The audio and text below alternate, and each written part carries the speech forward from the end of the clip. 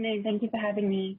There certainly isn't an exception when it comes to the Constitution. Everybody that is within the boundaries of South Africa is entitled to equality, is entitled to security of person, and is entitled to be in South Africa.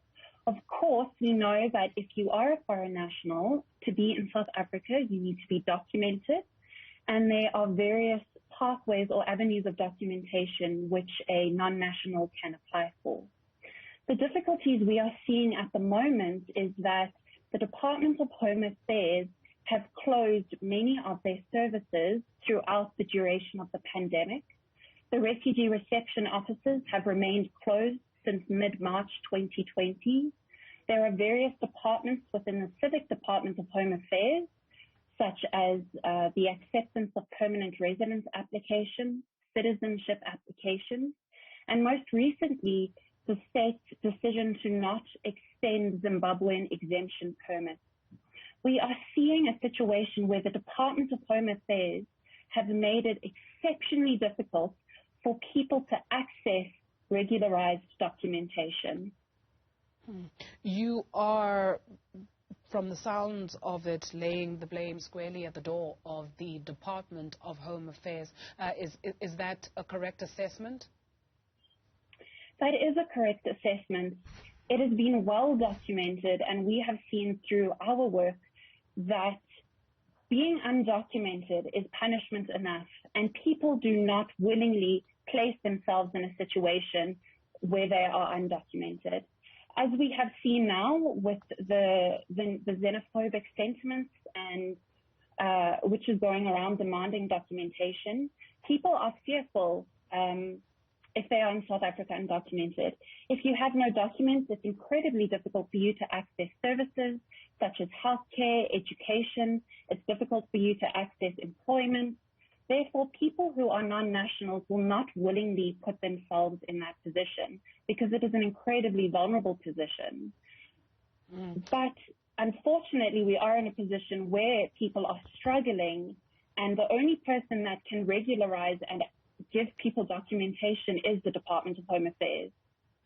You speak of an unintended consequence as a result of what you have described to be going on at the Department of Home Affairs, and that's the situation playing itself on the ground. So the Patriotic Alliance also over the weekend conducting raids at some shops in El Dorado Park, at least yesterday the visit by the EFF, and you take a look at these videos that are in circulation, allegedly South Africans kicking out foreign nationals in Soweto. What would you say the underlying factors of that is?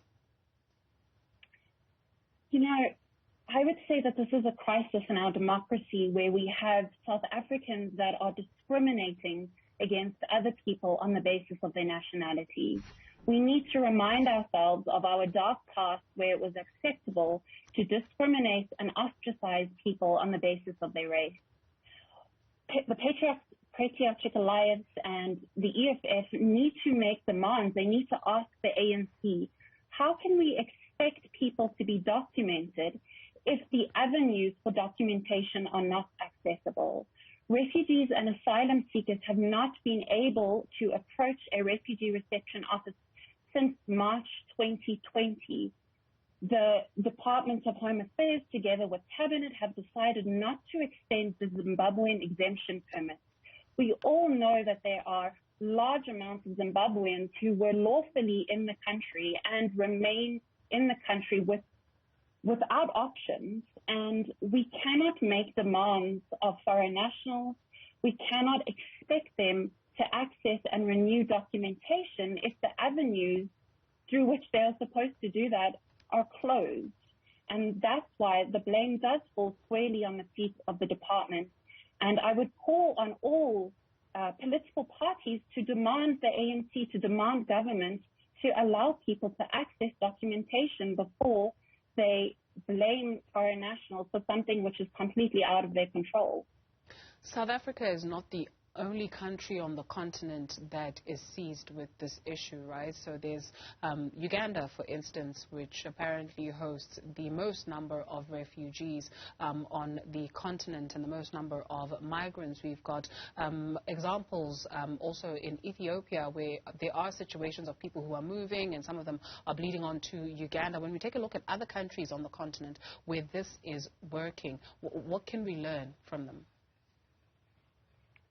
I think we can certainly learn that we know that migration is fluid. Migration is not something that we can stop.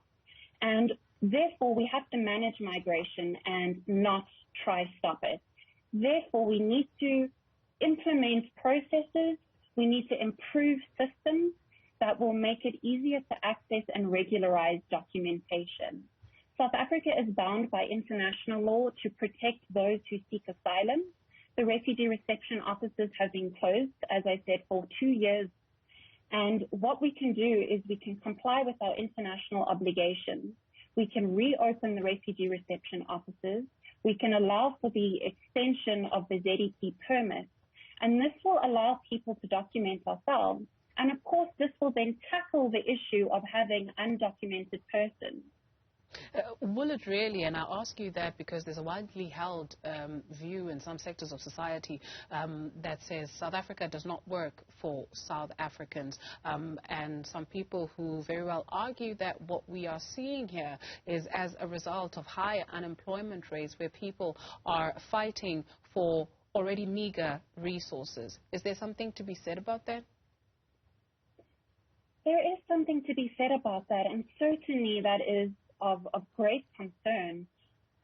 South Africa is the most unequal society in the world, and the majority of citizens of South Africa can't access basic services. We know that the unemployment rate is very high. The youth unemployment rate is also incredibly high. But we need to scrutinize the reasons for these problems. We need to debunk myths. The fact that that South Africans cannot access services or find employment is not due to the presence of foreign nationals in the country. It is due to a failure of service delivery. It is due to a failure of the state to create job opportunities and employment. When we look at crime, it is not because of the presence of foreign nationals, but due to a failure in policing. And so when we have politicians who would like to scapegoat foreign nationals, we really need to scrutinize the facts upon which they rely. And we need to ensure that when we make an assessment of the fact that we are not making a determination based on prejudice or stereotypes, but rather that we look at what are the facts of the situation and assess why there is an absence of services. And again, I state that that is because there is a state failure to provide those services and not because foreign nationals are using up what we have. Jessica, perhaps just finally for us, would you say we're sitting on a ticking time bomb? Are we likely to see unfortunate violent incidents like we saw back in 2018? Yes, I certainly think so, and that's why I would call on every South African and any politician to promote inclusivity, to promote integration, and to call off those who are seeking violence or seeking to root out non-nationals from our societies. It is incredibly irresponsible of politicians to promote a differentiation of foreign nationals, because we have seen from previous xenophobic attacks that they can escalate very quickly and that it will result in the loss of lives. Jessica Lawrence is with the Lawyers for Human Rights Law Clinic. She is the head of the Refugee and Migrants Rights Program. Thank you for joining us this afternoon.